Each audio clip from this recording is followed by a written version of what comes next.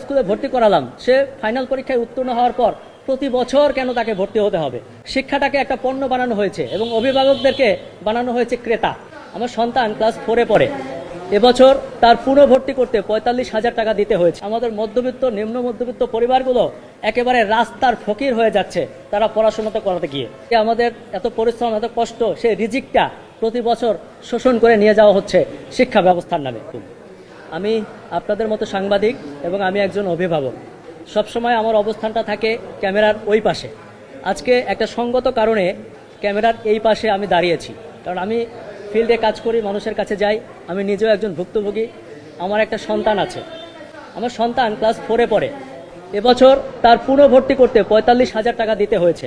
গত বছর দিতে হয়েছিল 42,000 টাকা। তো আমি একবার চিন্তা করে দেখলাম যে যাদের বাসায় 3টা বাচ্চা আছে সেই ফ্যামিলিগুলোর কি অবস্থা।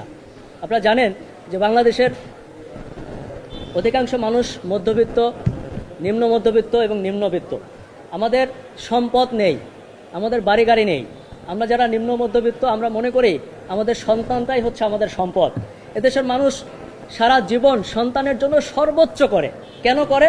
আমার সন্তান একদিন বড় হয়ে আমাদের সম্পদ হবে, আমার সন্তান আমাকে শেষ বয়সে দেখবে, আমাকে খাওয়াবে, পড়াবে।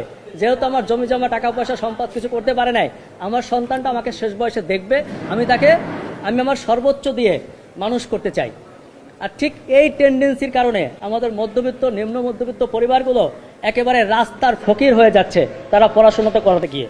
এটা আমাদের একটা মানসিক শান্তি বা মানসিক তৃপ্তি যে আমরা চাই আমাদের সন্তানটা ভালো জায়গায় পড়ুক। আপনারা দেখবেন যারা বেশি নিম্নবিত্ত, যারা বস্তি লেভেলে থাকে, পাইপের মধ্যে বসবাস করে, আমি দেখছি তাদের বাচ্চাটাকেও সুন্দর ফিটফাটভাবে একটা স্কুল ড্রেস পরানো হয়।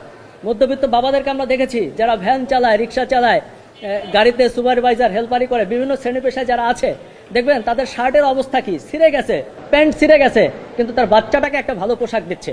এটা আমাদের দেশের একদম রাষ্ট্রীয়ভাবে এমনটা হয়ে আসছে, কারণ আমরা চাই আমাদের সন্তানরাই আমাদের ভবিষ্যৎ হোক। কিন্তু দেখেন আমাদের সেই সন্তানদেরকে নিয়ে আমাদের এত পরিশ্রম, এত কষ্ট, সেই রিজিকটা প্রতি বছর শোষণ করে নিয়ে যাওয়া হচ্ছে শিক্ষা ব্যবস্থার নামে। এ কারণে আরো দরিদ্র হচ্ছে, নিম্নবিত্ত একেবারে রাস্তার ফকির হয়ে যাচ্ছে এই বাচ্চাদের পড়াশোনা করাতে গিয়ে। আমরা একটা বাচ্চা স্কুলে ভর্তি করালাম, সে ফাইনাল পরীক্ষায় উত্তীর্ণ হওয়ার পর প্রতি বছর কেন তাকে ভর্তি হতে হবে? এটা কেমন সিস্টেম? আমরা যতদূর জানি সরকার থেকে বলা আছে যে প্রতি বছর পুনঃভর্তি ফি নেওয়া যাবে না। এই পুনঃভর্তি ফির নামে দেখেন শিক্ষাটাকে একটা পণ্য বানানো হয়েছে এবং অভিভাবকদেরকে বানানো হয়েছে ক্রেতা। আর এই পণ্য আর ক্রেতার মাঝখানে প্রতি বছর প্রায় 10,000 কোটি টাকার একটা বাণিজ্য তৈরি হয়েছে বাংলাদেশে। এটা আমরা চ্যালেঞ্জ করতে চাই।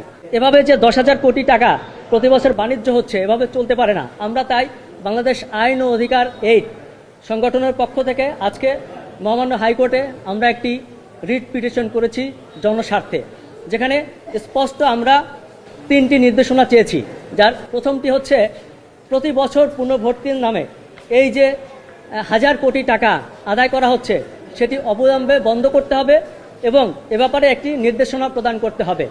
দ্বিতীয়ত হচ্ছে যারা এবছর অলরেডি পুনঃভর্তি হয়েছে, হাজার কোটি টাকা দিয়ে যেসব প্রতিষ্ঠানগুলো এই টাকা নিয়েছে সেই টাকাগুলো ফেরত দিতে হবে, এ ব্যাপারে একটি নির্দেশনা প্রদান।